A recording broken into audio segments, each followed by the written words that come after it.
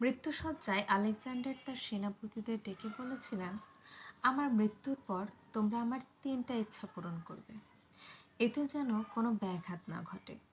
আমার প্রথম ইচ্ছে হচ্ছে শুধুমাত্র আমার চিকিৎসকেরা আমার কফিন বহন করবেন। দ্বিতীয় ইচ্ছে হচ্ছে আমার কফিন যে পথ দিয়ে গোরস্থানে নিয়ে যাওয়া হবে সেই পথে আমার সোনা ও অন্যান্য সম্পত্তি ছড়িয়ে দিতে হবে। আমার শেষ ইচ্ছে হচ্ছে আমার কফিন বহনের সময় আমার 2 হাত কফিনের বাহিরে ঝুলিয়ে নিয়ে যাবে।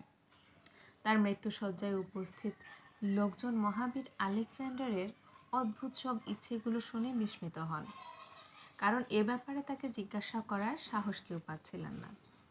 তখন তার একজন প্রিয় সেনাপতি তার হাতটা তুলে ধরে চুম্বন করে বললেন, হে মহামান্য, অবশ্যই আপনার সব ইচ্ছা পূরণ করা হবে, কিন্তু আপনি কেন এই অদ্ভুত ইচ্ছা ব্যক্ত করলেন?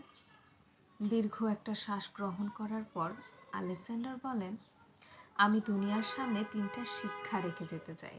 আমার চিকিৎসকদের কফন বহন করতে বলেছি এ কারণে, যাতে লোক অনুধাবন করতে পারে যে চিকিৎসকেরা আসলে কোনো মানুষকে সারিয়ে তুলতে পারে না, তারা ক্ষমতাহীন। আর মৃত্যুর থাবা থেকে কেউ রক্ষা করতে পারে না, তারা অক্ষম। গোরস্থানের পথে সোনা দানা ছড়িয়ে রাখতে বলেছি মানুষকে এটা বোঝাতে যে ওই সোনা দানার একটা কোনাও আমার সাথে যাবে না। আমি এগুলো পাওয়ার জন্য সারাটা জীবন ব্যয় করেছি, কিন্তু নিজের সাথে কিছুই নিয়ে যেতে পারছি না।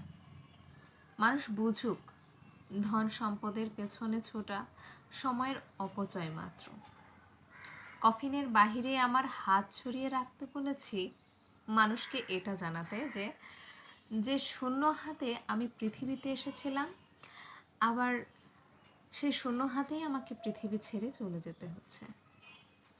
পৃথিবীতে অনেক ক্ষমতাবান শাসকের জন্ম হয়েছে, যারা সারা জীবন মানুষের উপর নির্মম অত্যাচার ও জনগণের সম্পত্তি লুট করে সম্পদের পাহাড় গড়েছে।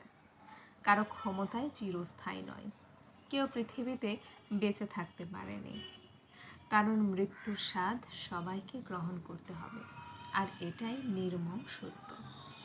আল্লাহ আমাদের হেদায়েত দান করুন, আমিন।